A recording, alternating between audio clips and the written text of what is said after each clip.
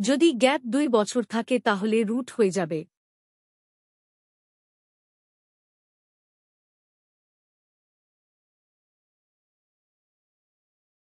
আর রুটের ভিতরে এখন কাটাকাটি গেল।